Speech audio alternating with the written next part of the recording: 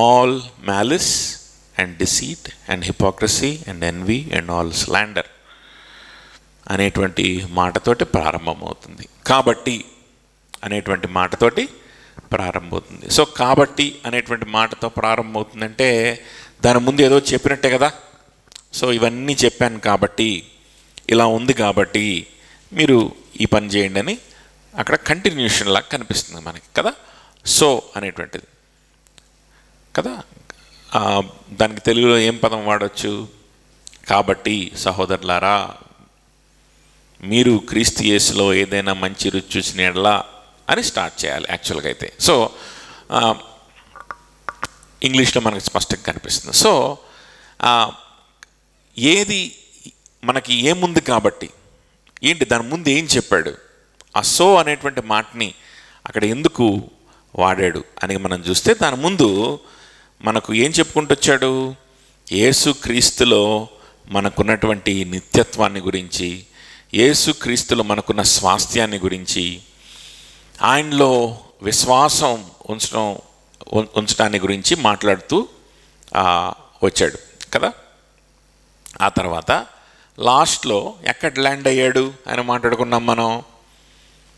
ఇవన్నీ ఇదిగో ఈ పరిశుద్ధత, ఈ నిరీక్షణ, ఈ ఇన్హెరిటెన్స్, ఈ తండ్రి ప్రేమ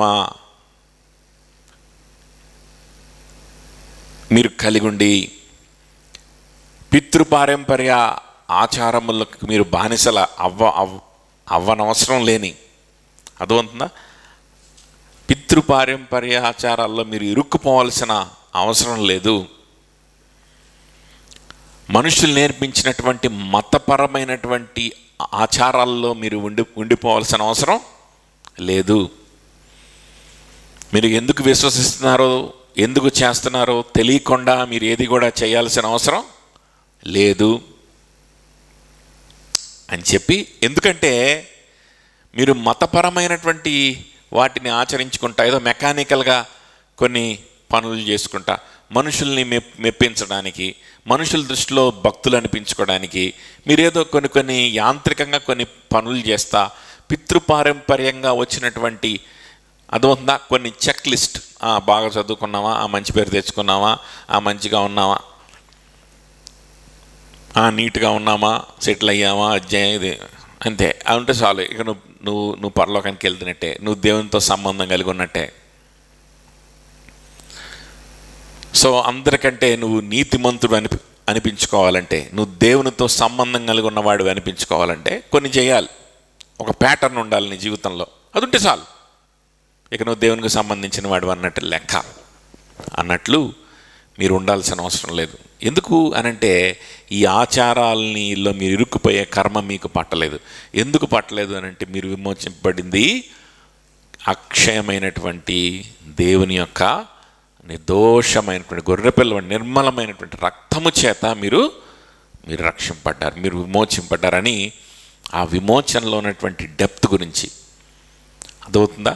మీరు పాపము నుంచి విమోచింపడ్డారు, మనుషులు పెట్టేటువంటి ఆచారాల్లో నుంచి విమోచింపబడ్డారు అని ఆ విమోచన గురించి మనం మాట్లాడుకున్నాం కదా. సో మీరు అలాంటి పని, ఇంకా మీరు అలాంటి యాంత్రికమైనటువంటి జీవితం మీకు అవసరం లేదు. దేవునితో చక్కగా మీరు సంబంధం కలిగి ఉండొచ్చు. మీకు తండ్రిగా ఆయన ఉన్నాడు, మిమ్మల్ని సంరక్షించడానికి ఆయన ఉన్నాడు, అనుక్షణం మిమ్మల్ని సంరక్షించి మీ గొప్ప స్వాస్థ్యంలోకి మిమ్మల్ని నడిపించడానికి ఆయన మీకు తండ్రిగా ఉన్నాడు అనే విషయాన్ని చెప్పాడు. అయితే మీరు దేవునితో ఈ రిలేషన్షిప్లో ఉండాలంటే, దేవునిలో ఉన్నటువంటి ఈ స్వాస్థ్యాన్ని పొందుకోవాలంటే, దేవునిలో ఉన్నటువంటి ఈ ఫ్రీడమ్ని మనుషుల చేతిలో కాకుండా, యాంత్రికంగా కాకుండా ఫ్రీగా దేవునితో స్నేహం చేసేవారిలాగా మీరు ఉండాలి అని అంటే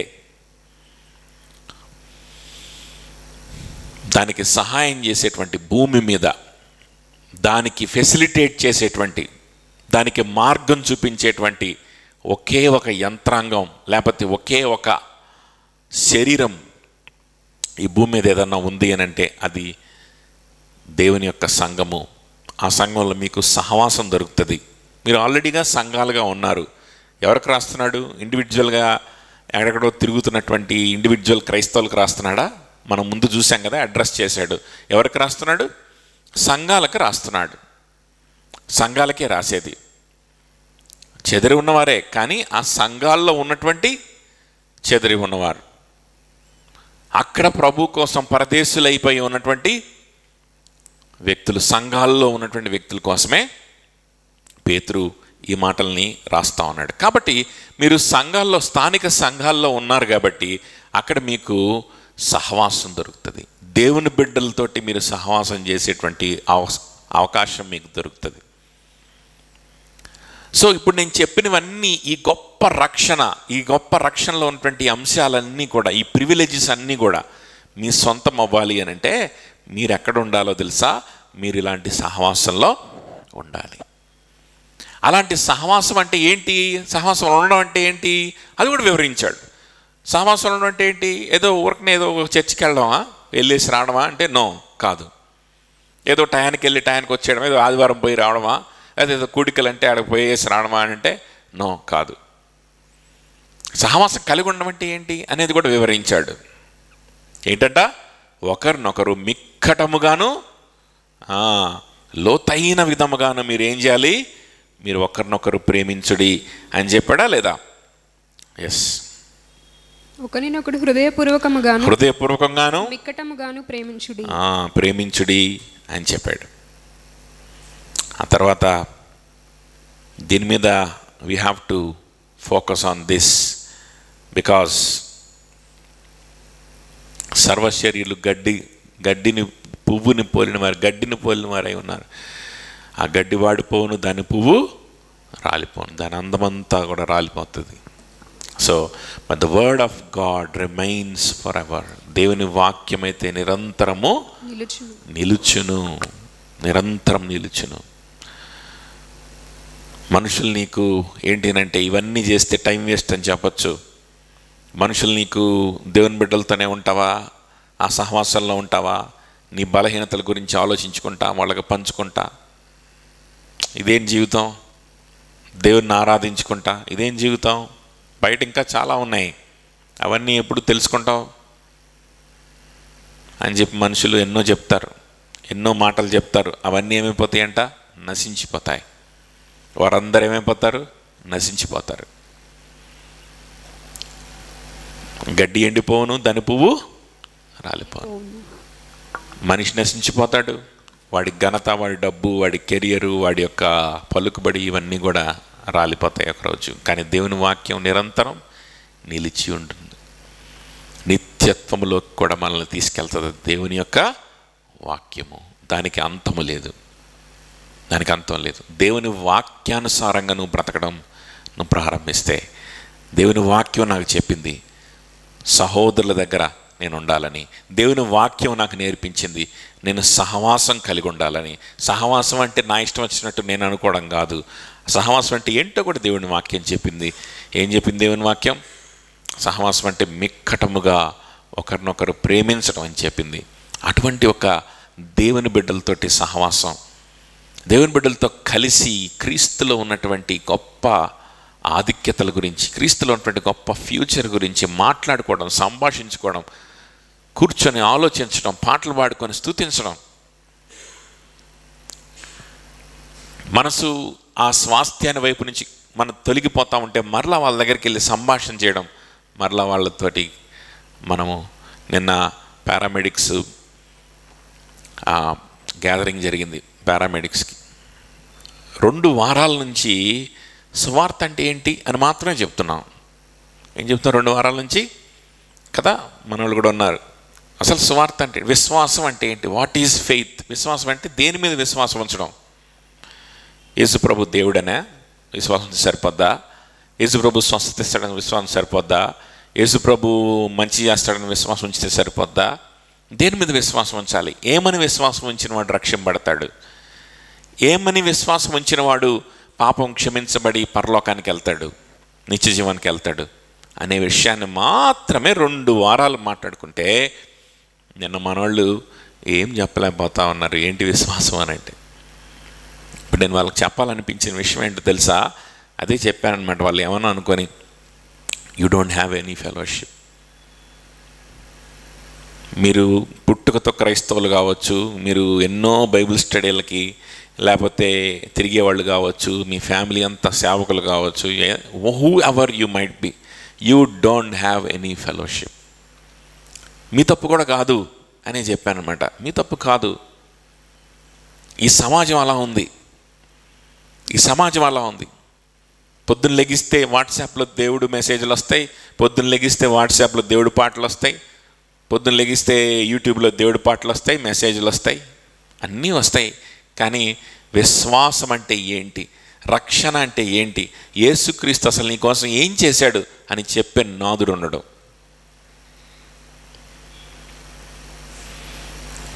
గొప్ప క్రైస్తవుడుగా క్రైస్తవత్వంలో నువ్వు మునిగి తేలుతున్నావని నువ్వు ఊహించుకుంటా ఉంటావు, కానీ నీకు అసలు రక్షణ అంటే ఏంటో కూడా తెలియదు. So that is how the world deceives you.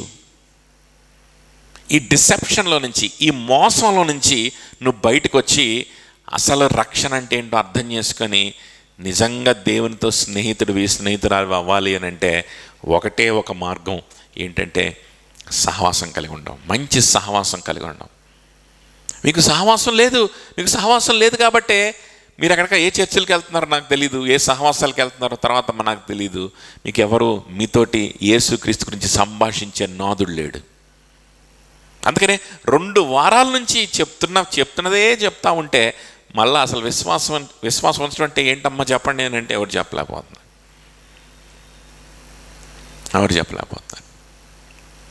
ఎందుకు? మర్చిపోవడం అనేది మానవ నైజం, మర్చిపోతాం మనం. కానీ ఎందుకు మర్చిపోతున్నాం? ఆ బుధవారం వచ్చినప్పుడు విన్నదే సువార్త, ఆ తర్వాత ఎవ్వడు నీతో సువార్త సంభాషణ చేయట్లేదు, సువార్త గురించి మాట్లాడట్లేదు, నువ్వు ఎవరితో డిస్కస్ చేయట్లేదు. యేసుక్రీస్తు గురించి నీతో ఎవ్వడూ మాట్లాడట్లేదు. ఇంకా సువార్తని ఎలా విశ్వసిస్తావు? ఎలా విశ్వాసి అవుతావు? ఎలా రక్షింపబడతావు? ఎలా దేవుని ఉగ్రతను తప్పించుకుంటావు? ఎలా నరకానికి పోకుండా పరలోక రాజ్యంలోకి చేరగలుగుతావు? ఆలోచించండి. కాబట్టి పేతురు అదే దాని గురించే మాట్లాడుతున్నాడు. ఇదిగో బాబు, క్రీస్తులో ఉన్నటువంటి ఈ గొప్ప జీవితం, ఈ గొప్ప భవిష్యత్తు, ఈ గొప్ప ప్రేమ నీ సొంతం అవ్వాలి అని అంటే ఒకటే మార్గం. ఆఖరికి ఎక్కడ తీసుకొచ్చి ఆపాడు? నేను చెప్పేది విను. ఈ మాటలు నిత్య జీవంలోకి నడిపించే మాటలు, ఇవి నశించిపోయే మాటలు కాదు. ఇవి నిన్ను ఇదిగో ఈరోజు వరకే పనిచేస్తుంది, ఇది కొద్ది రోజుల వరకే పనిచేస్తుంది అనేటువంటిది కాదు. ఇది నిత్యత్వంలోకి నిన్ను తీసుకెళ్లేంత వరకు పనిచేసేటువంటి మాటలు. ఇది నిత్యమైన మాటలు. ఇవి దేవుని మాటలకి అంతం లేదు.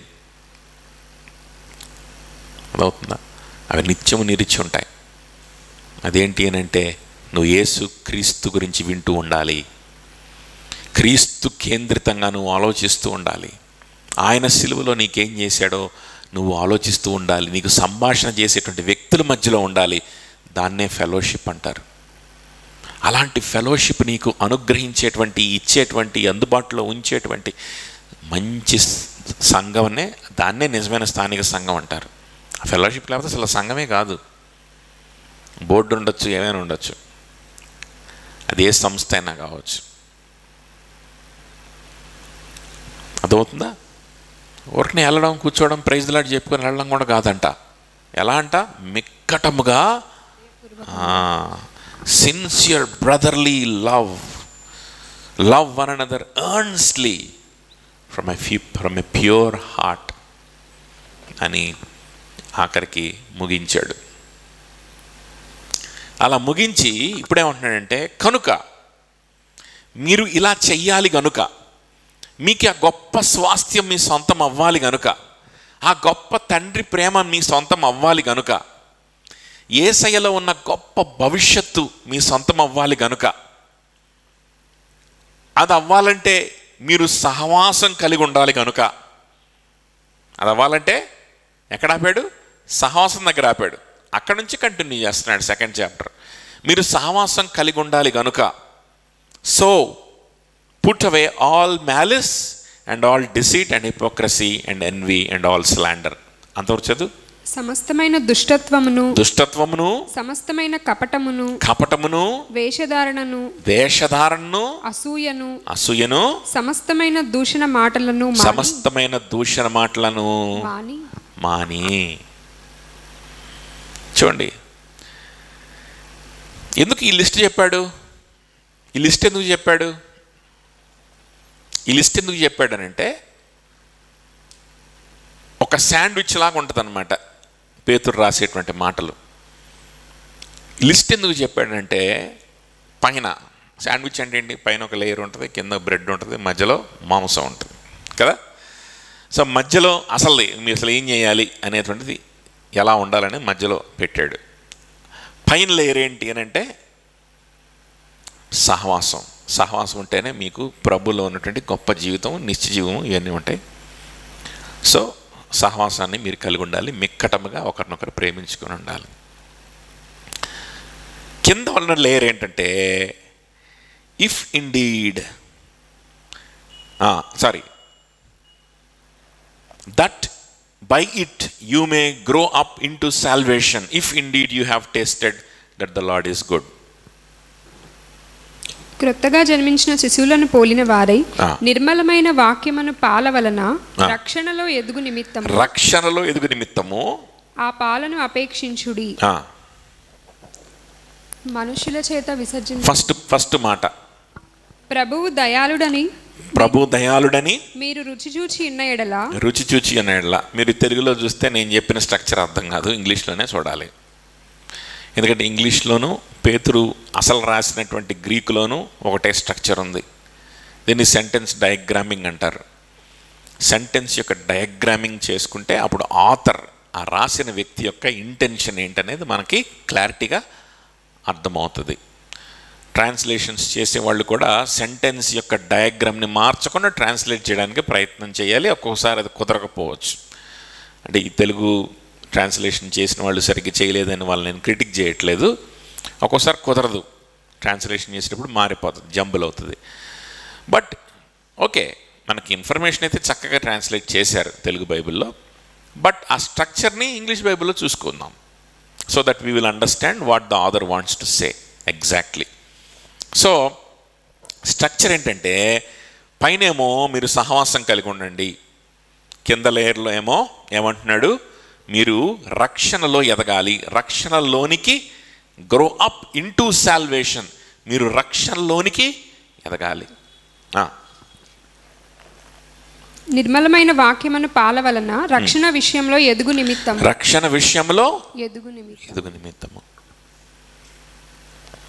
దీనికి రక్షణ విషయంలో ఎదుగు నిమిత్తము అనంటే, రక్షింపబడిన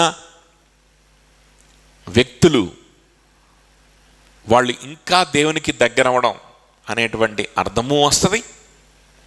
ఇంకా అసలు రక్షణలోకి ఇంకా రానటువంటి వారు, అంటే ఇంకా నిజమైన విశ్వాసం అంటే ఏంటో అర్థం అయ్యి కూడా ఆ విశ్వాసం ఉంచలేక, అర్థమవుతుందా, యేసు క్రీస్తు నా కోసం మరణించాడన్న సీరియస్నెస్ ఇంకా రాక, లేకపోతే యేసు క్రీస్తు కోసం బ్రతకాలి అనేటువంటి సీరియస్నెస్ రాక, లేకపోతే అసలు ఈ కాన్సెప్ట్స్ ఏంటో సరిగ్గా నాకు అర్థం కావట్లేదు. కొత్తగా వచ్చేవాళ్ళు కొంతమంది మీలో మీరు అలా అనుకుంటూ ఉండొచ్చు కదా, ఈ కాన్సెప్ట్ ఏంటో నాకు అర్థం కావట్లేదు. అందుకని పేతురు థియరిటికల్గా కాకుండా ప్రాక్టికల్ భాషలో మాట్లాడుతున్నాడు, అంతే తేడా. అర్థమైందా? ప్రాక్టికల్ భాషలో మాట్లాడుతున్నాడు. సో ఒకవేళ మీరు రక్షింపబడినటువంటి వ్యక్తులైతే, మీకు ఆ సీరియస్నెస్, యేసయ్య నా కోసం మరణించాడు, ఆయన కోసం బ్రతకాలి అనేటువంటి సీరియస్నెస్ మీకు వచ్చినటువంటి వ్యక్తులైతే, మీరు ఇంకా దేవుని కోసం బ్రతకడానికి, ఇంకా దేవుని ప్రేమించడానికి మీరు ఎదగాలి. లేదు, మీరు కొత్తగా వస్తున్నారు, మీరు ఇప్పుడిప్పుడే ఈ మాటల్ని మీరు వింటున్నారు, అప్పుడు మీరు అసలు ఏంటి విశ్వాసం ఉంచడం అంటే ఇంకా పూర్తిగా క్లారిటీగా అర్థం చేసుకొని ఆ విశ్వాసంలోకి రావాలి, ఆ రక్షణలోకి రావాలంటే రక్షింపబడేంతగా మీరు ఎదగాలి అని అర్థం. ఎదగడం అని అంటే ఓన్లీ స్పిరిచువల్ గ్రోత్ అనే కాదు, శాంక్టిఫికేషన్ అనే కాదు, రక్షణలోకి ఎదగాలి అనేటువంటి ఆ ఇన్ఫరెన్స్ కూడా మనం తీసుకోవచ్చు ఇక్కడ. అర్థమవుతుందా? ఎందుకనంటే రక్షింపబడనటువంటి వ్యక్తులు ఏమవుతారని పదే పదే మనకి జ్ఞాపకం చేస్తున్నాడుగా. అన్ని రక్షింపబడిన వాళ్ళకే చెప్పే మాటలైతే రక్షింపబడని వాళ్ళు ఏమవుతారు ఎందుకు జ్ఞాపకం చేస్తున్నాడు? సర్వశరీరులు గడ్డిని పోలిన వారు అని ఎందుకు జ్ఞాపకం చేస్తున్నాడు? ఆ తర్వాత కూడా కింద క్రీస్తు గురించి కొన్ని విషయాలు చెప్తూ ఉంటాడు అన్నమాట. సో కాబట్టి ఇది రక్షింపబడిన వారికి, రక్షింపబడకుండా ఉన్నవారికి, లేకపోతే రక్షింపబడ్డాం అనుకొని భ్రమలో ఉన్న వాళ్ళకి కూడా ఇవి వర్తిస్తాయి. ఉందా? ఎప్పుడు కూడా సంఘంలో నిజంగా వాళ్ళ హృదయ అంతరంగాలు ఎవరు చూడలేరు. రక్షింపబడిన వాళ్ళు ఉండొచ్చు, రక్షింపబడ్డామని భ్రమపడుతూ ఇతరులను కూడా భ్రమింపజేసే వ్యక్తులు ఉండొచ్చు,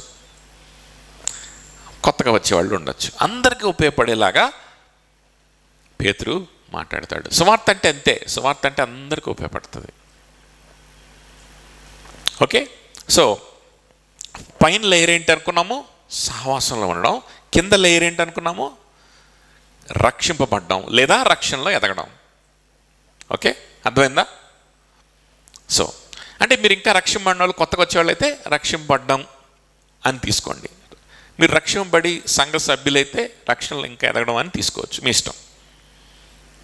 ఓకే, రైట్. సో సహవాసంలో ఉండాలన్నా కింద లేయర్, రక్షింపబడాలన్నా రక్షణలో ఎదగాలన్నా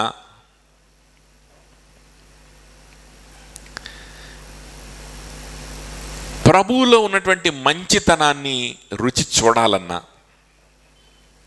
లేకపోతే చూసిన వారైతే, ఓకే, లేకపోతే ఇంకా దేవునిలో ఉన్న మంచితనాన్ని రుచి చూడాల్సిన వ్యక్తులైతే, అర్థమవుతుందా? ఇంకా రక్షింపబడకుండా ఉన్నవాళ్ళు, కొత్తగా వచ్చిన వాళ్ళు, ప్రభు ఎంత మంచివాడో ఎంత ఉత్తముడో నీకు ఇంకా రుచి తెలవలా. ఆయన ఎంత ప్రేమించాడో మిమ్మల్ని, ఎంత ప్రేమించి ఎంతగా నీకోసం ఆలోచించి సిలువలో ఆయన ప్రాణాన్ని పెట్టాడో ఇంకా నీకు తెలవలా కదా. ఆ సీరియస్నెస్ నీకు రాలా.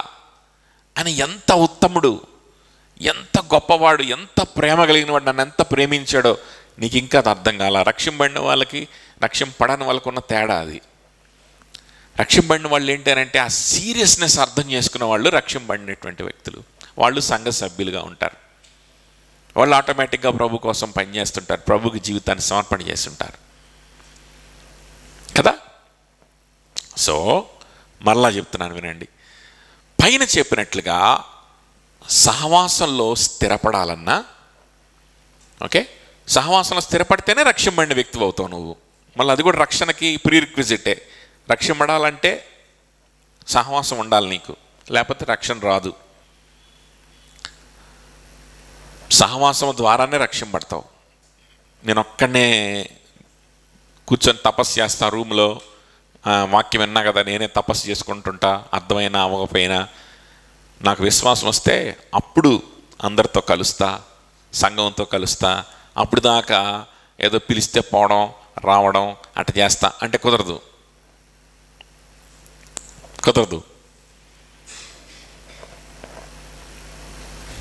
అందుకనే ఇంకా ప్రభువులోకి రానటువంటి వ్యక్తులు, అవిశ్వాసులను కూడా మనం ఏం చేస్తామంటే సంఘంలోకి ఆహ్వానిస్తాం. ఎందులోకి ఆహ్వానిస్తాం? ఇప్పుడు సంఘంలోకి వస్తే వీడికేం అర్థమైద్ది, ఇప్పుడు బైబిల్ స్టడీకి వస్తే వీడికేం అర్థమైద్ది, వీడికి సపరేట్గా ఏదన్నా పెట్టి వీడికి ఏంటంటే కొన్ని ఏదన్నా చెప్దాం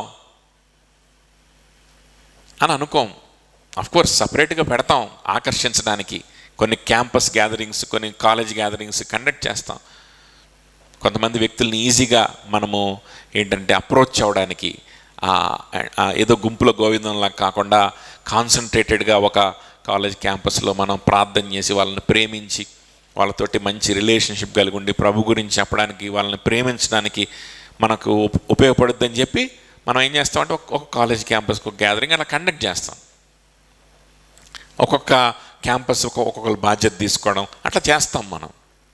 మన పని సులువుగా బాధ్యతగా మనం చేయడం కోసం. కానీ ప్రభు వైపు ఒక వ్యక్తిని నిజంగా ఆకర్షించాలి అని అంటే, ప్రభువులో ఉన్నటువంటి రక్షణలోకి ఒక వ్యక్తిని నిజంగా తేవాలి అని అంటే ఆ వ్యక్తిని సంఘంలోకి తేవాల్సిందే.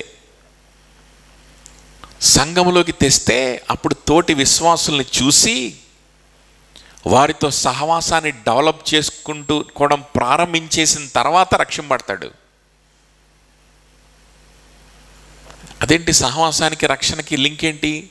విశ్వాసం ఉంచితే రక్షణ. ఆ విశ్వాసం గురించే నేను మాట్లాడుతున్నా. ఆ విశ్వాసం రావద్దు, అది ఊరకనే వస్తుందా? ఊరకనే రాదు. సువార్త వింటే వస్తుంది. సువార్త వింటే వచ్చేస్తుంది కదా. సువార్త వినడం అంటే ఊరకనే వింటామా? సువార్త వినాలంటే మనం సువార్త వినాలంటే ఏం జరగాలి? దాని ముందు స్టెప్ ఎవరు చెప్తారు? మనం సువార్త వినాలంటే ముందు స్టెప్ ఏం జరగాలి? ఏం జరగాలి?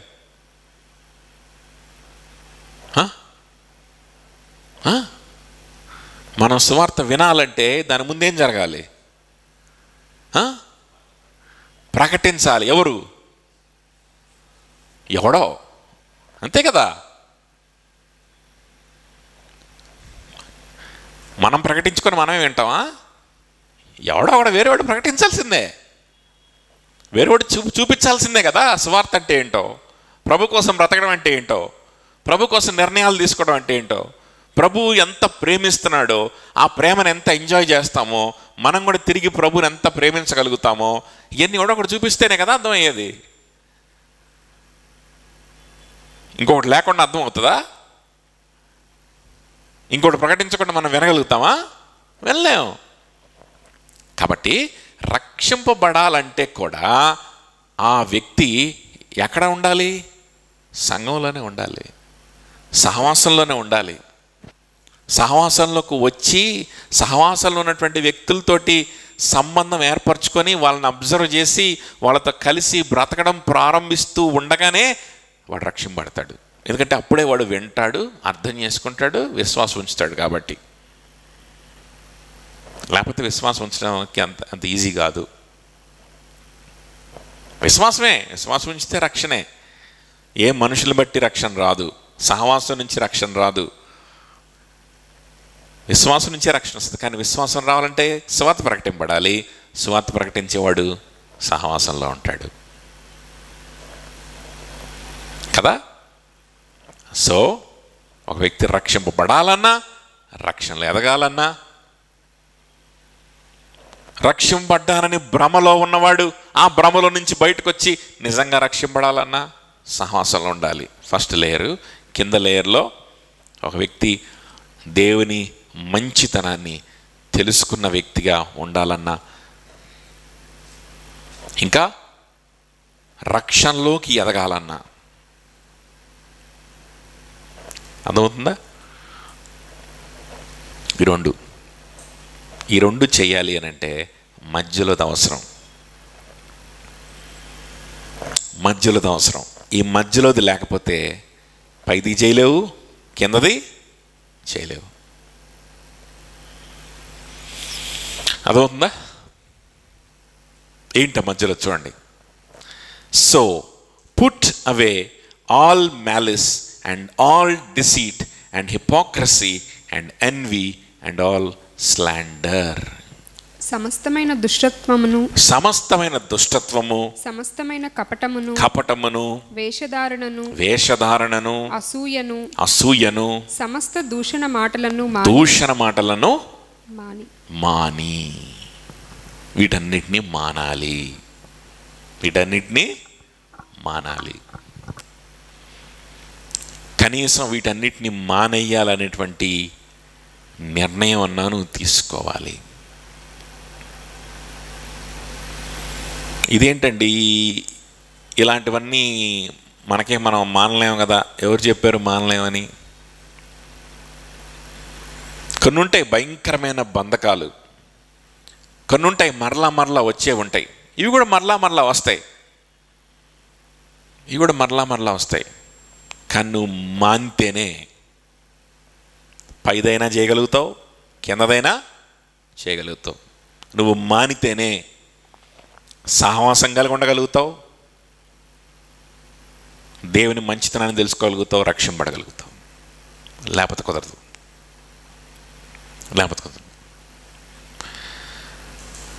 అదెట్లా అండి? ఇవన్నీ ఇవన్నీ ఇవన్నీ ఉంటాయి కదా, ఉంటాయి. కానీ నువ్వు ఎప్పుడైతే వీటిని మానాలనేటువంటి కోరికతో వీటిని పక్కన పెడతావో అప్పుడే నువ్వు సహవాసంలో ఎమడగలుగుతావు, అప్పుడే నీకు విశ్వాసం కలుగుద్ది, అప్పుడే రక్షణలో నువ్వు ఎదగలుగుతావు, అప్పుడే నువ్వు దేవుని మంచితనాన్ని రుచి చూడగలుగుతావు. ఒకసారి రుచి చూసిన తర్వాత, ఒకసారి రక్షణలోకి ప్రవేశించిన తర్వాత ఇవి మళ్ళా వస్తాయి, అడిగి పోవు, ఇవి మళ్ళా వస్తాయి. అప్పుడు మరలా నువ్వు వీటిని ఇంకా ఈసారి ఈజీగా దేవుని కృపతోటి, దేవుని యొక్క మంచితనం ఆల్రెడీ నీకు అర్థమైపోయింది కాబట్టి, ఇప్పుడు ఈ దేవుని మంచితనం నీకు అర్థమైపోయింది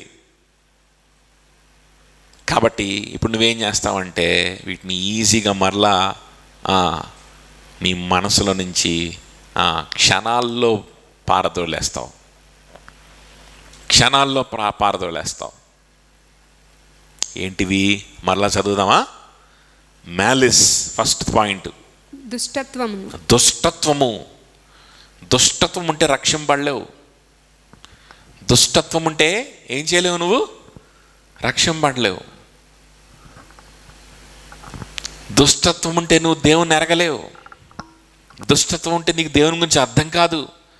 దుష్టత్వం ఉంటే నీ మనసులో దేవుని యొక్క మంచితనం నువ్వు రుచి చూడలేవు, దేవుని రుచి నీకు అర్థం కాదు. నీలో ఏముంటే అర్థం కాదు? దుష్టత్వం ఉంటే అర్థం కాదు.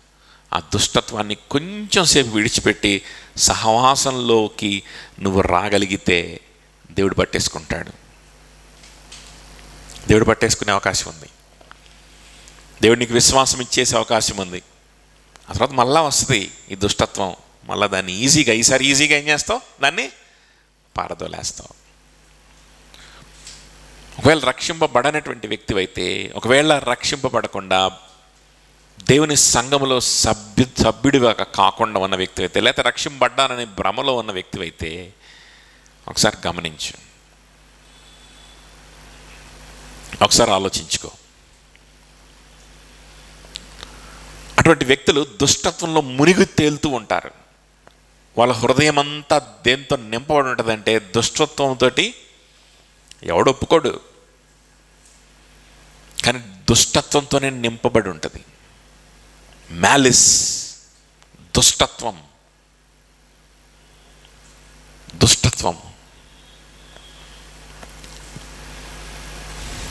దుష్టమైనటువంటి ఆలోచనలు, దేవుని నామానికి దూషణకరమైన ఆలోచనలు, అపవిత్రమైన ఆలోచనలు,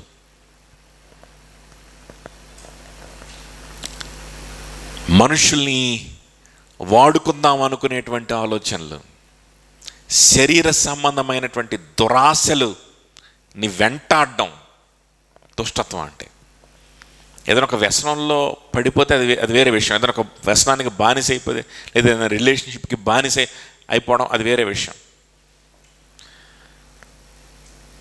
నా శరీరాన్ని తృప్తిపరచుకోవడానికి నాకు అవే కావాలి, ఆ అపవిత్రమైనవే కావాలి, ఆ అపవిత్రమైన స్నేహాలే కావాలి, అపవిత్రమైనటువంటి ఆలోచనలే కావాలి, నాకు ఆ డబ్బే కావాలి. ఆదివారం మనం స్టెఫను గురించి మాట్లాడుకుంటూ, లాస్ట్ వీక్ కాకుండా ముందు వీక్ మనం మాట్లాడుకున్నాం కదా. స్టెఫను చనిపోయే సమయంలో మోకరించి ప్రార్థన చేసి, అక్కడ ఉన్న వాళ్ళ కోసం ప్రార్థన చేయాల్సిన అవసరం ఏంటి స్టెఫన్కి? ఏంటి? ఏమవుతుంది స్టెఫన్ ప్రార్థన చేయకపోతే? రాళ్లతో కొట్టి చంపుతా ఉన్న సమయంలో ఆయన మోకరించి మరి రక్తాలు గారతా ప్రార్థన చేయకపోతే ఏమవుతుంది? ఎందుకంత భయపడిపోయి ప్రార్థన చేశాడు? అలా ప్రార్థన చేయకపోతే అక్కడ ఉన్నటువంటి ఆ స్టెఫన్ను రాళ్ళెత్తి కొడుతున్నటువంటి వాళ్ళందరూ కూడా అక్కడికక్కడికే గుట్టలుగా శవాలై తేలే అవకాశం ఉంది అని మనం మాట్లాడుకున్నాం. గుర్తుందా?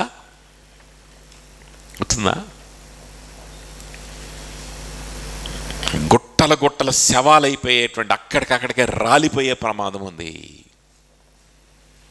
పాత నిబంధన గ్రంథాల్లో మనం చూస్తే కనుక ఇట్లాంటి సీన్లు చాలా కనిపిస్తాయి. అప్పటికప్పుడు గుట్టలుగా చచ్చిపోయేటువంటి సీన్లు బోల్డ్ ఉంటాయి. అది రిపీట్ కాకూడదు. అక్కడ ఉన్నటువంటి వ్యక్తుల్లో అనేకులు రక్షింపబడాల్సిన వాళ్ళు ఉన్నారు. అక్కడ ఉన్నటువంటి వ్యక్తులు అనేక మంది సువార్తను అంగీకరించి రేపొద్దున అదిగో ఆ సౌలు పౌలుగా మారి గొప్ప సేవకుడుగా మారాల్సిన వ్యక్తులు ఉన్నారు. పౌలు కూడా లేచిపోయేవాడే పాపం. స్టెఫను ప్రార్థన చేయకపోతే పౌలు కూడా ఆ రోజే గల్లంత అయిపోయి ఉండేవాడు. పౌలు రాసిన గ్రంథాలు ఏమి ఉండేవి కదా, ఇంకెవాళ్ళు ఎవరో రాసి ఉండేవాళ్ళు ఆయన బదులు. కొలసీలకి ఎఫెసీలకి అపోస్తలుడైన పౌలు కొలసీలు రాసిన పత్రిక పౌలు కాదు, ఇంక వేరే పేరు చెప్పాల్సి వచ్చేది. ఊరక్ కాదు, అంత భయంకరమైన పరిస్థితుల్లో స్టెఫను ఎందుకని అనుకున్నాం? ఎందుకు భయంకరమైన ఉగ్రత స్పాట్లో వచ్చే అవకాశం ఉందా? ఉంది. ఎవరి మీదకి వచ్చే అవకాశం ఉంది? దుష్టత్వం కలిగిన వారి మీదకి, సువార్తను విసర్జించేటువంటి ఆలోచన కలిగి ఉండే వాళ్ళకి, సువార్తను చులకన చేసే ఆలోచన కలిగి ఉండేవారికి, సువార్త ప్రకటించే వాళ్ళని చులకన చేసే ఆలోచనలు, సువార్తను వారి జీవితం ద్వారా చూపించే వాళ్ళని, సువార్త కోసం నిర్ణయాలు తీసుకునే వాళ్ళని చులకనగా చూసేటువంటి మనసు, దుష్టమైన మనసు. ఏంటది? దుష్టమైన మనసు. నువ్వు రక్షింపబడాలంటే ఆ దుష్టమైన మనసును పక్కన పెట్టాల్సిందే, తప్పదు. అయ్యా నన్ను క్షమించయ్యా, సువార్త ప్రకటించే వాళ్ళని, సువార్త పనిలో ఉన్నటువంటి వాళ్ళని, ఏ పని పాట లేని వాళ్ళని అనుకున్నాను, నన్ను క్షమించయ్యా. ప్రభువుని అడిగి చూడండి, ఆ దుష్టత్వాన్ని పక్కన పెట్టి చూడండి. ప్రభా, దేవుని కోసం బ్రతికేటువంటి దేవుని బిడ్డల్ని, వీళ్ళకేం పని లేదు, ఊరకనే చర్చిలు ఉంటున్నారు, వీళ్ళు ఏం పని లేదు అనుకున్నానయ్యా, నన్ను క్షమించు అని ప్రభు దగ్గర క్షమాపణ అడిగి చూడండి. ఆ దుష్టత్వాన్ని పక్కన పెట్టి చూడండి.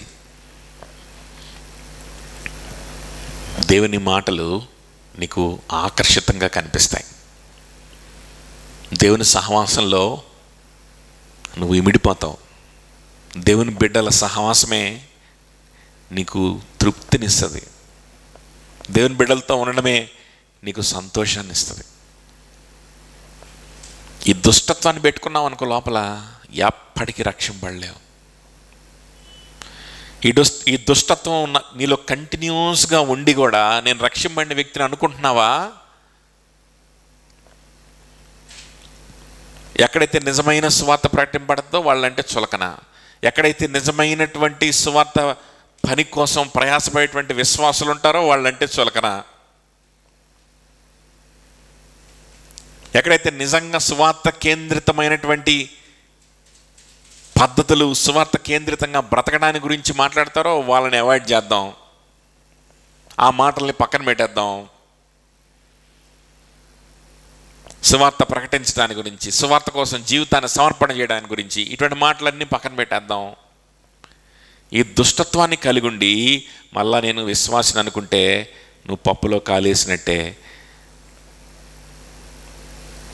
నువ్వు విశ్వాసివి కానే కాదు. ఎందుకంటే అది అవ్వదు.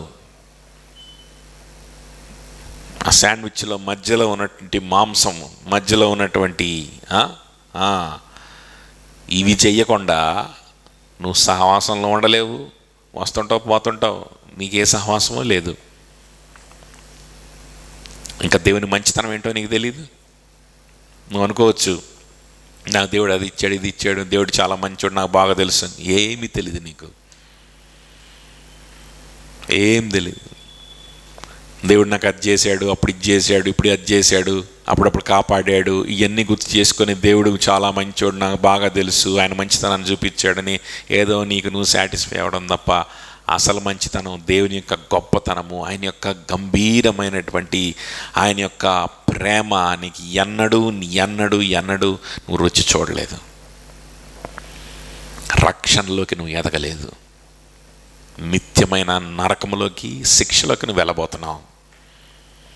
అందుకు దుష్టత్వాన్ని నువ్వు పక్కన పెట్టలా, దుష్టత్వాన్ని పక్కన పెట్టలా. అంటే దుష్టత్వం అంతా పోగొట్టేసుకుంటే కానీ రక్షింపడమా అని అంటే నో. సువార్తని పక్కన త్రోసివేసేటువంటి దుష్టత్వాన్ని నువ్వేం చేయాలి అని అంటే సువార్తని తోసివేసే దుష్టత్వం, దాన్ని నువ్వు పక్కన పెట్టాలి. లేకపోతే నీకు అర్థం కాదు, అసలు సహవాసంలో ఉండలేవు కదా, నీకు ఇంక సువార్త ఏం అర్థమవుతుంది? అర్థమవుతుంది నేను చెప్పిన లాజిక్? అర్థమవుతుందా? కనీసం నో, ఇది దుష్టత్వం, ఇలా నేను ఆలోచించకూడదు. సువార్త కోసం పనిచేసే వాళ్ళే నిజమైనటువంటి జీవితం, అదే గొప్ప, దానికి మించినటువంటి భాగ్యం ఇంకోటి లేదు. వాళ్ళని నేను చిన్న చూపు చూడకూడదు, అదే నిజమైన జీవితం, అదే నిజమైన తృప్తి గల జీవితం. నేను నమ్ముతున్నాను. కొద్దిసేపన్నా ఆ దుష్టత్వాన్ని ఏం చేయాలి? పక్కన పెడితేనే, సహవాసంలో నువ్వు రాగలిగితేనే నువ్వు రక్షింపడతావు, లేకపోతే ఇట్స్ నాట్ పాసిబుల్. ఆ తర్వాత చూడండి, దుష్టత్వము తర్వాత సమస్తమైన కపటమును, కపటము, సమస్తమైన కపటము, మోసము, అండ్ డిసీట్, అండ్ ఏమన్నాడు? ఆ రెండు కలిపి చదవాలన్నమాట. సమస్తమైన కపటమును, కపటమును, వేషధారణను, వేషధారణ. కపటము, వేషధారణ, మోసము, వేషధారణ. ఏదో సొంత లబ్ధి కోసం చేసేటువంటిది మోసం. నీకేదో లబ్ధి కావాలి, ఆ లబ్ధి కోసం ఏదో నీకేదో సైకలాజికల్ సాటిస్ఫాక్షన్ కావాలి, అందుకు వస్తావు చర్చికి, వెళ్ళిపోతావు. ఆ సైకలాజికల్ సాటిస్ఫాక్షన్ రావాలి నీకు. లేదా మనుషుల దగ్గర నుంచి చాలా భక్తిపరుడిని అని ప్రూవ్ చేసుకోవాలి, అందుకు వస్తావు, వెళ్ళిపోతావు. ఏదో సర్టిఫికెట్ పొందుకోవాలి సమాజంలో, అందుకని వస్తావు, వెళ్ళిపోతావు. అది మోసం. అదేంటది? డిసీట్. నీ సొంత లబ్ధి కోసం, నీ సొంత సాటిస్ఫాక్షన్ కోసం, ఏదో నీ సొంత ప్రయోజనం కోసం దేవుని సంఘాన్ని, దేవుని బిడ్డల్ని వాడుకుంటా వదిలేస్తావు. వాళ్ళ పట్ల నీకు చిన్న చూపు ఉంటుంది, వాళ్ళని నువ్వు గౌరవించవు, వాళ్ళతో నువ్వు ఇమడలేవు. అదవుతుందా? మోసం, మోసం. వేషధారణ అంటే ఏంటో తెలుసా? వేషధారణ అంటే ఏంటో తెలుసా? వేషధారణ అంటే కౌంటర్ఫీట్, అంటే ఏమంటారు, డూప్లికేట్ తయారు చేయడం ఉందని వేషధారణ అంటారు. దాన్ని వేషధారణ అంటారు. ఇదేంటి ఈడు చర్చికి వస్తాడా, ఆదివారం వస్తాడా, మళ్ళా బుధవారం వస్తాడా, ఇంకేం చేస్తున్నాడు వీడు, అప్పుడప్పుడు పోయి పిల్లల్ని, స్టూడెంట్స్ని కలిసేసి వస్తున్నాడా, మనం కూడా అట్లానే చేద్దాం, సేమ్ ఇట్లానే చేద్దాం, అయితే ఆడ వెనకాల పోదాం మనం కూడా, వస్తా నీతో పాటు, ఆడ వెనకాల పోయి వెనకాల వద్దాం, అయిపోయిందిగా, ఇంకేముంది, అయిపోయిందిగా, నేను వాడి సమానమే, నేను దేవుని బిడ్డని అయిపోయా, నేను నీతిమంతుడిని అయిపోయా అంటే కుదరదు.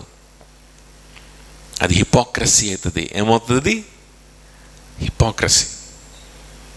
మాథ్యూ హెన్రీ గారి యొక్క కమెంటరీ నాకు చూసినప్పుడు నాకు ఈ మాట కనిపించింది అనమాట. హిపోక్రసీ గురించి ఆయన ఇలా వివరించాడు, నాకు చాలా మంచిగా అనిపించింది, నిజమే కదా అనిపించింది. హిపోక్రసీ అంటే ఏంటంట? హిపోక్రసీ ఏంటంట?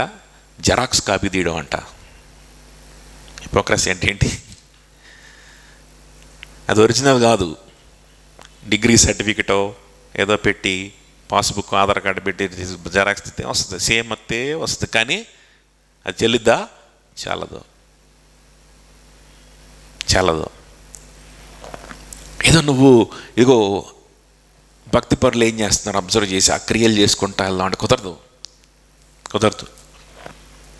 వాళ్ళ హృదయం ఎక్కడుందో గమనించాలి, వాళ్ళ మనసు ఎక్కడుందో గమనించాలి. వాళ్ళు ప్రభు వైపు వాళ్ళ మనసు ఉంది, ప్రభువులోనే వాళ్ళ నీతిని వెతుక్కుంటున్నారు, ప్రభువులో వాళ్ళ సంతోషాన్ని వెతుక్కుంటున్నారు, ప్రభువులోనే వాళ్ళ యొక్క సమస్తాన్ని వెతుక్కుంటున్నారు, వాళ్ళ ఐడెంటిటీని వెతుక్కుంటున్నారు, ఇంకెక్కడ కూడా లేదు, ప్రభువులోనే వాళ్ళ గుర్తింపుని వెతుక్కుంటున్నారు. ఆ మనస్సు నీకు రావాలి. జెరాక్స్ కాపీ తీస్తే కుదరదు. హిపోక్రసీ. ఈ జెరాక్స్లు తీసే పనిలో ఉన్నంతకాలం నువ్వు రక్షింపబడవు, నువ్వు రక్షింపబడవు, నీకు అవకాశం లేదు. కొంతమంది జెరాక్స్లు తీసే పనిలో ఉంటారు, అర్థమైపోతుంటుంది అందరికీ. జెరాక్స్లు తీసే పనిలోనే ఉంటారు, హృదయంలో ఏ మార్పు ఉండదు, మనసులో ఏ మార్పు ఉండదు, ఏ కమిట్మెంట్ ఉండదు, దేవుని పట్ల ఎటువంటి ప్రేమ ఉండదు, దేవునిలో సంతోషాన్ని వెతుక్కునేది ఉండదు, దేవునిలో నీతిని వెతుక్కునేది ఉండదు, ఏది ఉండదు. నీతి మళ్ళా ఎక్కడి నుంచో కావాలి, ఎవరి దగ్గర నుంచో మెప్పు కావాలి, వాడు మెచ్చుకోవట్లేదు, వీడు మెచ్చుకోవట్లేదు, సమాజంలో గుర్తింపు లేదు, అది లేదు, ఇది లేదు, డబ్బు లేదు, ఇది లేదు అని బాధ, వాటి గురించి పరుగులు, వాటి గురించి ఆందోళనలు ఇవన్నీ ఉంటాయి. మళ్ళా భక్తి పరులకి చూసి ఫోటోస్టాట్ కాపీలు తీసే పనిలో ఉంటారు కొంతమంది. ఈ ఫోటోస్టాట్ కాపీలు తీసేవాళ్ళు ఈ పని మానుకుంటే తప్ప రక్షింపడరంట. అదవుతుందా? హిపోక్రసీ. ఈ పని మానేస్తే తప్ప, జెరాక్స్ తీసే పని మానేసి ఇంట్లో కూర్చొని నా పరిస్థితి ఏంటి, నా హృదయ పరిస్థితి ఏంటి, నా ఆలోచన ఏంటి, నేను ఎవరి గురించి పాకులాడుతున్నాను, నేను నా ఆందోళనంతా దేని మీద పెట్టుకొని ఉన్నాను, ఏంటి నా పరిస్థితి, నా సంతోషం ప్రభులో ఉందా లేదా, నా నీతి ప్రభులు ఎత్తుక్కుంటున్నానా, ఇంకెక్కడ ఎత్తుక్కుంటున్నాను, కూర్చొని ఆలోచిస్తే ఏమన్నా నువ్వు విశ్వాసి అవుతావేమో. కానీ ఈ జెరాక్స్ తీసే పనిలో ఉంటే విశ్వాసి అవ్వడానికి అవకాశమే లేదు. ఒకటి దుష్టత్వము, కపటం, మోసం చేయడం, నీ సొంత ప్రయోజనం కోసం దేవుని బిడ్డల్ని, దేవుని సంఘాన్ని, వాక్యాన్ని వాడుకోవడం, మోసం, దుష్టత్వం, దేవుని బిడ్డల్ని చులకన చేయడం, దేవుని వాక్యాన్ని త్రోసివేయడం, దేవుని బిడ్డలు దేవుని కోసం బ్రతకాలి తెలివి తక్కువ వాళ్ళు అనుకోవడం, నువ్వే చాలా తెలివైన వ్యక్తి అనుకోవడం, దుష్టత్వము. ఈ దుష్టత్వమే యేసుక్రీస్తుని చంపింది. ఈ దుష్టత్వమే స్టెఫన్ను చంపింది. ఈ దుష్టత్వమే ఈ యేసుక్రీస్తు సువార్తని మోసుకొని వచ్చిన ప్రతి ప్రవక్తని చంపింది. అదే స్టెఫన్ చెప్పాడు. భయంకరమైనటువంటి శాపము దీని వెనకాల ఉంటుంది. ఈ దుష్టత్వాన్ని విడిచిపెట్టాలి, లేకపోతే రక్షింపడవు. మోసాన్ని విడిచిపెట్టాలి, లేకపోతే రక్షింపడవు. వేషధారణ, జెరాక్స్లు తీయడం మానేయాలి. నీ హృదయాన్ని పరీక్షించుకోవడం, సిన్సియర్గా నీ హృదయాన్ని పరీక్షించుకోవడం స్టార్ట్ చేయి, లేకపోతే రక్షింపబడడానికి అవకాశం లేదు. నెక్స్ట్ ఏంటంట? అసూయ, సమస్త దూషణ మాటలు. దూషణ, అసూయ, దూషణ. దూషణ అంటే తిట్టడం కాదు, గట్టిగా మాట్లాడడం కూడా, అరవడం కాదు. దూషణ అంటే స్లాండర్ అని ఉంది ఇంగ్లీష్లో, గ్రీక్లో కూడా. స్లాండర్ అంటే ఏంటో తెలుసా? స్లాండర్ అంటే ఏంటో తెలుసా? అసూయ అంటే ఇతరులకు కలుగుతున్నటువంటి సంతోషాన్ని బట్టి, లేకపోతే ఇతరులకు కలుగుతున్న స్థానాన్ని బట్టి, లేకపోతే ఇతరులను తోటి వ్యక్తి ఇతరులు గౌరవిస్తున్నారు, ఆ వ్యక్తి యొక్క ఆత్మీయ జీవితాన్ని గౌరవిస్తున్నారు, ఆ వ్యక్తి యొక్క మెచ్యూరిటీని గౌరవిస్తున్నారు, ఆ వ్యక్తి దగ్గరికి వెళ్ళి సహాయం కోరుకుంటున్నారు. అలాంటి దృశ్యాలు చూస్తున్నప్పుడు నీకు అసూయ కలుగుతుందా? వీడికంటే నాకేంటి తక్కువ, నేను ఎందుకు వాక్యం చెప్పకూడదు, నేను ఎందుకు కౌన్సిలింగ్ ఇవ్వకూడదు, నేను ఎందుకు అనిపిస్తుందా? నువ్వు రక్షింపబడడానికి అవకాశం లేదు. నువ్వు రక్షింపబడిన వ్యక్తివని నువ్వు అనుకుంటుంటావు, అసలు నువ్వు రక్షింపబడనే లేదు, రక్షింపబడడానికి అవకాశం కూడా లేదు. ఈ ఆలోచనను విడిచిపెట్టేంత వరకు ఇతరులను చూసి కంపేర్ చేసుకోవడం, ఆ కంపారిజన్ అసూయ ఉన్నోడే కంపేర్ చేసుకుంటాడు.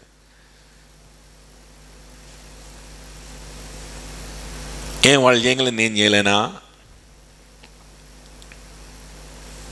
అదవుతుందా?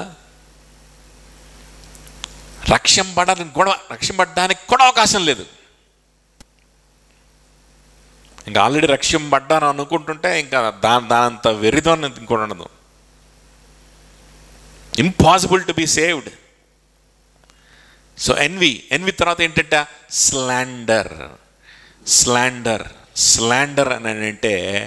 స్లాండర్ అంటే ఒక వ్యక్తిని తక్కువ చేయడం కోసం మాట్లాడేటువంటి మాటలు, ఒక వ్యక్తిని తక్కువ చేయడం కోసం,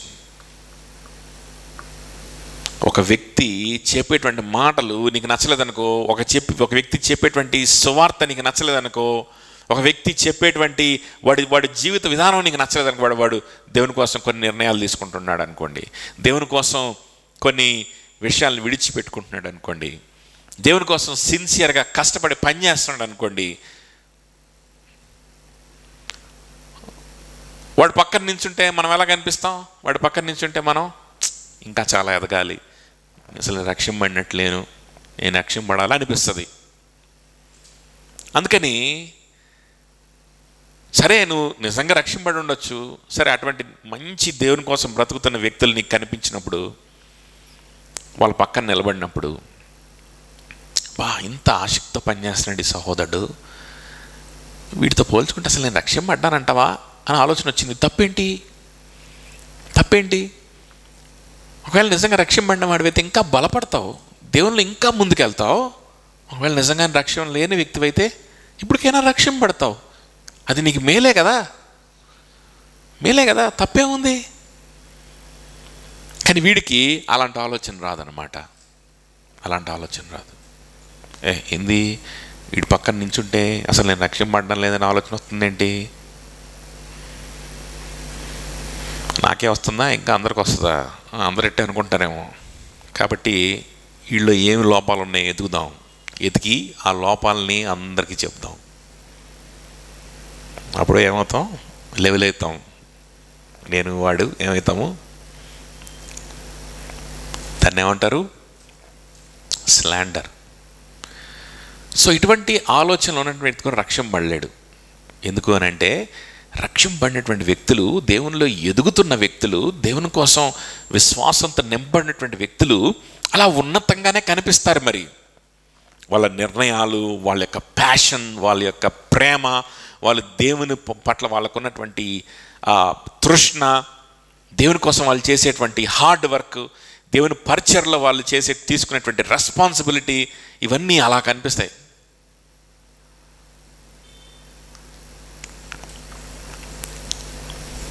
అలా కనిపించినప్పుడు ఎవడన్నా మనం ఏం చేయాలి? అదిరా రక్షణ అంటే, నేను రక్షింపబడాలి అనుకోవాలి. ఇదిరా రక్షణ అంటే, నేను పశ్చాత్తాపంతో ప్రభు దగ్గర సాగిలపడతాను అనుకోవాలి. మనం విరిగిపోవాలి, మనం నలిగిపోవాలి. అలాంటి వ్యక్తులను చూసి మనం నలిగిపోవాలి. అసూయతో కాదు, సిగ్గుతో కాదు,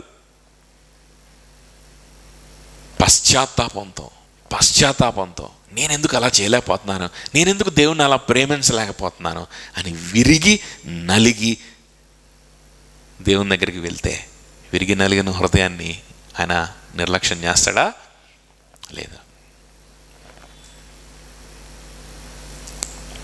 సో స్లాండర్ అనేది ఏం చేస్తుంది అనంటే, వాడిని అలా చూడనివ్వదు, వాడిని కిందకి లాగి ఎద్దరం సమానమే. నువ్వు ఎప్పుడు రక్షింపబడతావు? ఒకడు ఇలా కనిపిస్తూ ఉంటాడు, దేవుని కోసం పనిచేస్తా, వాళ్ళ ఏదో ఒక లోపం ఎతికి, అదిగో ఆడు మొన్న ఏదో అన్నాడు, ఆడేం పెద్ద అంత భక్తుడేం కదా. నువ్వెప్పుడు రక్షింపబడతావు? నీకెప్పుడు అర్థమవుతుంది విశ్వాసం అంటే ఏంటో? ఆడి గురించి అందరికి చెప్తా, నువ్వే రక్షింపబడతావు? అదవుతుంది చెప్పింది. సో ఈ లిస్ట్ ఏదైతే ఉందో, వీటిల్లో ఏ ఒక్కటి నీలో ఉన్నా నువ్వు రక్షింపడలేవు. రక్షింపబడమే కష్టం. రక్షింపడినటువంటి వ్యక్తుల్లో ఇవి వస్తాయా అనంటే చాలా అరుదుగా రావచ్చు, కానీ వచ్చిన వెంటనే వాటిని తీసివేసుకుంటారు విశ్వాసులు. చూడండి, ఇవన్నీ ఉంటే, ఇవన్నీ మనం పక్కన పెడితేనంట అప్పుడు ఇంకోటి చేయగలుగుతామంట. అప్పుడు ఆ పైన ఉన్న సహవాసము, ఈ కింద ఉన్న రక్షణ, దేవుని మంచితనం మనం తెలుసుకోగలుగుతాం. ఇంకోటి చేయగలుగుతాం. ఇవి పక్కన పెడితే ఏం చేయగలుగుతాం? 2వ వచనం, like new Born infants long for the pure spiritual milk that by it you may grow into salvation. క్రొత్తగా జన్మించిన శిశువులను పోలిన వారై నిర్మలమైన వాక్యమును పాల వలన రక్షణ విషయంలో ఎదుగు నిమిత్తము ఆ పాలను అపేక్షించుడి. క్రొత్తగా జన్మించిన శిశువులు పాలను ఆపేక్షించినట్లు దేవుని వాక్యం అనేటువంటి పాలు. ఇవేంటనంటే దేవుని వాక్యం అనే పాలు. ఏంటి వాక్యం అంటే యేసుక్రీస్తుని గురించిన వాక్యం అనేటువంటి పాలను ఆపేక్షిస్తావు. ఆశగా యేసుక్రీస్తు గురించి చెప్పబడినటువంటి మాటల్ని నువ్వు రిసీవ్ చేసుకుంటావు. అప్పుడే పుట్టినటువంటి శిశువు పాలను ఆపేక్షిస్తుంది కదా. పాలు దాపిస్తూ ఉంటే తల్లి, అప్పుడే పుట్టిన శిశువు, ఇది మసాలా వాసన రావట్లేదు, కొంచెం మసాలా వేయండి, కొంచెం ఉప్పు కారాలు అని అంటదా. పాలు తాపించడం ఆలస్యం ఎలా రిసీవ్ చేసుకుంటుంది శిశువు? ఆపేక్షిస్తుంది, ఆశతోటి, ఆకలితోటి ఆ పాలను ఆపేక్షిస్తుంది కదా. అప్పుడే పుట్టినటువంటి శిశువు. నాకు టేస్ట్ నచ్చలేదు, ఎప్పుడు ఇదే బెటర్ అంటదా కదా. ఆ పాలు, నిర్మలమైనటువంటి పాలను, ప్యూర్ స్పిరిచువల్ మిల్క్, దాన్ని ఒక శిశువు ఆపేక్షించినట్లు నువ్వు ఆపేక్షిస్తావు. ఏంటి ప్యూర్ మిల్క్ అంటే? యేసుక్రీస్తుని గురించిన సువార్త. యేసుక్రీస్తు గురించి సువార్త. నీకు అబ్రహాం గురించి చెప్పిన స్టెఫన్ అదే కదా చెప్పాడు, ప్యూర్ మిల్క్ ఇచ్చాడు. అబ్రహాం గురించి చెప్తాడు, అందులో యేసుప్రభునే చూపిస్తాడు. మోషే గురించి చెప్తాడు, యేసుప్రభువే పంపించింది మోసే అని అంటాడు. దావీదు అంటాడు, దావీదు కడదాం అనుకున్నాడు కానీ దేవుడికి ఏం ఇంట్రెస్ట్ లేదు, నువ్వు మనుషులు కట్టినటువంటి గృహాల్లో ఉండడం అంటాడు. యేసుక్రీస్తే ఆలయం కంటే గొప్పవాడు. అదవుతుంది చెప్పింది. సో అబ్రహాం గురించి చెప్పిన, మోషే గురించి చెప్పిన, దావీదు గురించి చెప్పిన, ఏమి సప్లై చేస్తున్నాడు ఇక్కడ స్టెఫను? యేసుక్రీస్తుని గురించినటువంటి సువార్తను సప్లై చేస్తున్నాడు. అది నిర్మలమైన పాలు.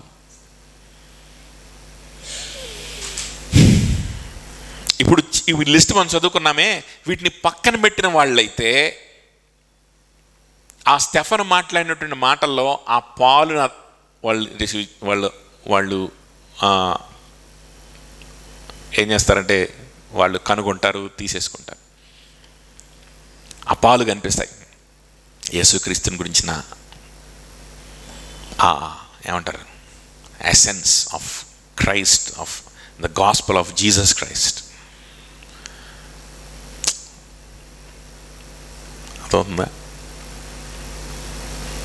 చిన్నప్పుడు అది ఇప్పుడు అవి దరిద్రమేని అని తెలిసి ఇప్పుడు పిల్లలకి దాదాపు అందరూ మానేసినట్టున్నారులే. కానీ ఇదివరకు మొన్నటిదాకా కూడా పిల్లలకి పొద్దున్నే బ్రేక్ఫాస్ట్ అంటే స్టైల్గా పాలు పోసి ఆ పాలల్లో చీటోస్ అని ఇవన్నీ ఇంక ఉంటాయి కదా, చాకోస్ అని, చీటోస్ కాదు చాకోస్,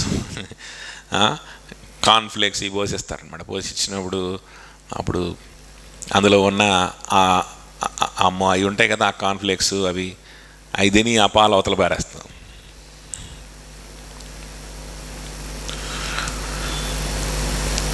కదా.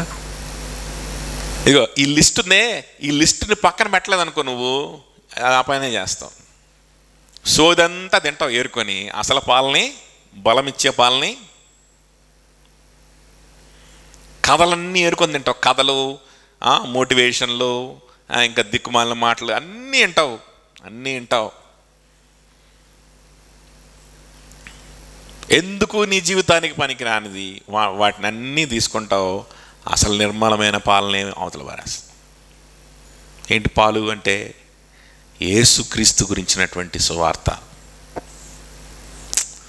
ఆ సువార్త నీకు ఎక్కడానికే వేసాడు అందులో కొన్ని ఒక మసాలా. అబ్రహాము గురించి, దావీదు, ఆడు ఈడు వాళ్ళే పెద్ద విషయం కాదు. అసలు బైబిల్ పాయింట్ ఏంటంటే, నీకేమి ఇవ్వదలుచుకుంది బైబిల్ అంటే, నీ నిర్మలమైన యేసుక్రీస్తుని గురించిన సువార్తని ఇవ్వదలుచుకుంది. అన్ని కథలన్నీ తిని పాలని అవతల బారేస్తావు. ఎప్పుడు తెలుసా? ఇదిగో ఈ లిస్ట్ నీలో ఉంటే, మోసగాడివైతే, వేషధారణ చేస్తూ ఉంటే, దుష్టత్వం కలిగి ఉంటే, అసూయ కలిగి ఉండి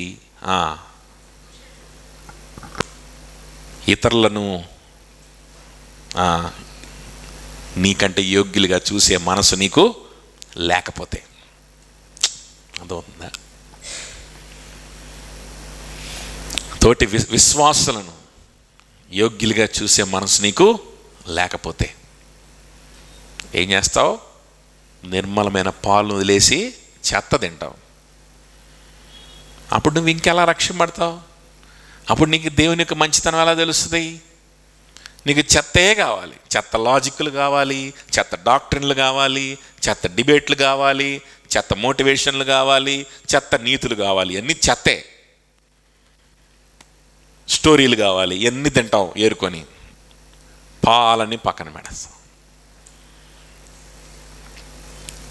దుష్టత్వం, మ్యాలిస్ ఉందనుకో, దుష్టత్వం. యేసుక్రీస్తుని రిజెక్ట్ చేయాలి. ఎప్పుడు యేసుక్రీస్తునా రిజెక్ట్. నీతులు కావాలి నాకు. నేను సమాజాన్ని ఏదో ఉద్ధరించాలి, సమాజాన్ని ఉద్ధరించాలి. సమాజంలో జరుగుతున్నటువంటి ఏమంటారు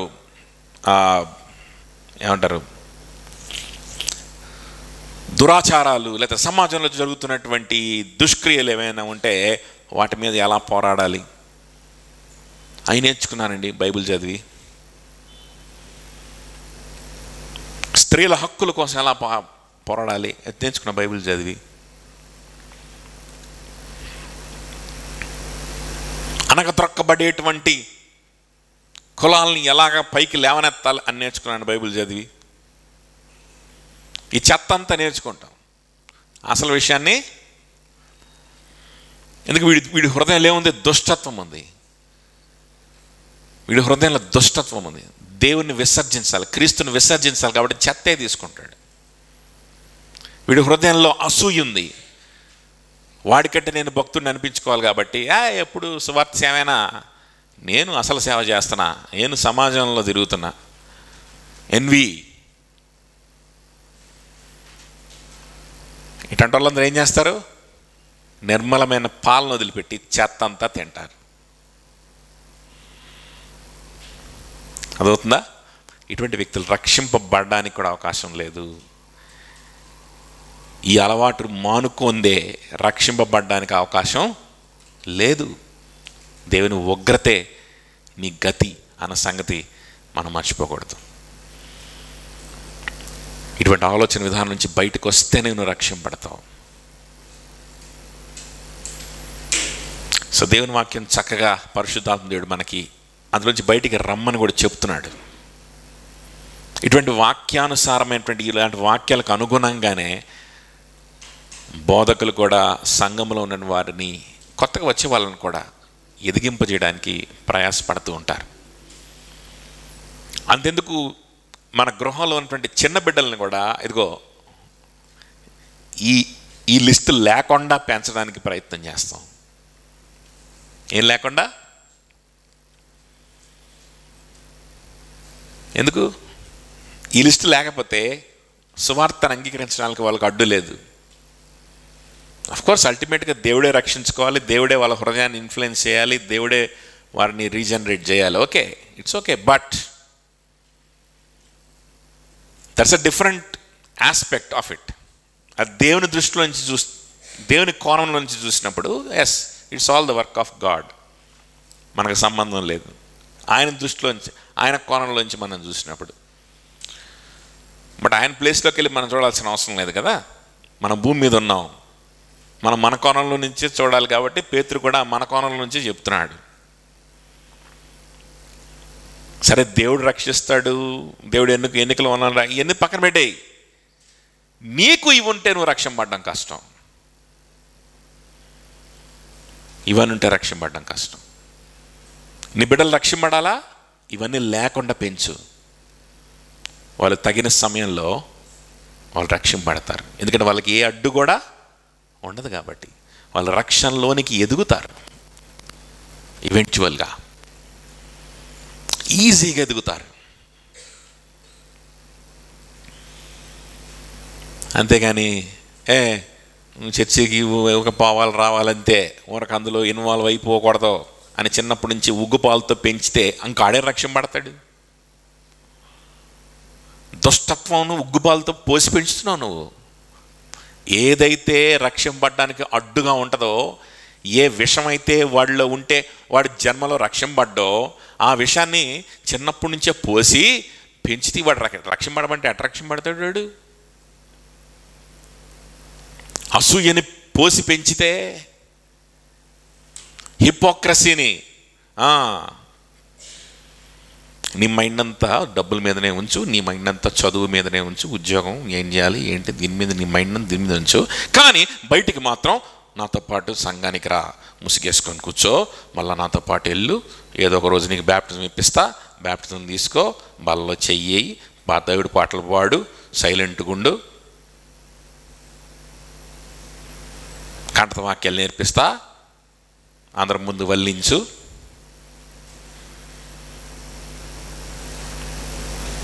ఎందుకంటే మన చర్చిలో భక్తులు కొంతమంది ఉంటారు, వాళ్ళు ఇలానే ఉంటారు కాబట్టి నువ్వు జెరాక్స్ తీ. ఇటు చిన్నప్పటి నుంచే జెరాక్స్ తీయడం నేర్పిస్తే ఇంక ఈడు ఎప్పుడు రక్షణ పడతాడు? ఎప్పుడు రక్షణ పడతాడు? చిన్నప్పుడు ఉంటే మోసం నేర్పిస్తే ఇట్లా ఉంటేనే మంచిగా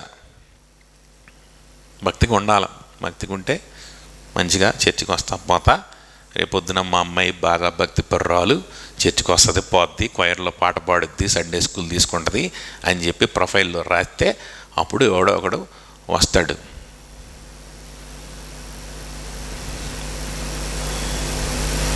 లేకపోతే ఏ తాగుబోతో వచ్చి నేను రోజు తంతాడు. కాబట్టి ఏ వ్యసనాలు లేకుండా మంచిగా ఉండేవాడు రావాలంటే నువ్వేం చేయాలి? ఏదో ఒక్కరోజన్నా సండే స్కూల్ తీసుకుంటే, మా అబ్బాయి సండే స్కూల్ తీసుకుంటాడండి అని చెప్పుకుంటాం. చిన్నప్పటి నుంచే మోసం నేర్పిస్తే, డిసీట్, వాడు ఎలా రక్షణ పడతాడు? రక్షణ పడడానికి అవకాశం లేకుండా పరలోకపు తాళపు చెవులు బిగిచ్చి నీ చెవులు పెట్టుకొని ఉంటున్నావు అనమాట. అర్థమవుతుందని చెప్పింది. కాబట్టి ఇటువంటి ఈ లిస్ట్లో చెప్పినటువంటి విషయాలు మన జీవితంలో లేకుండా మనం చూసుకోవాలి. ఎస్పెషల్లీ ఇంకా ప్రభువులోకి రావాల్సినటువంటి వ్యక్తులు గమనించండి. ఒకవేళ ఇవి మీ జీవితంలో ఉండడం వల్లే ప్రభు మీకు అంత ఆకర్షితంగా కనపట్లేదేమో, ఏదుందో గమనించుకోండి, దాన్ని తీసివేయండి. ఒకవేళ రక్షణ పడ్డాం అనుకుంటూ ఒకవేళ ఇంకా వీటిని పెట్టుకున్నావా? నువ్వు రక్షణ పడలేదు. సరే, రక్షింపబడి ఎప్పుడన్నా ఇవి వస్తున్నాయా?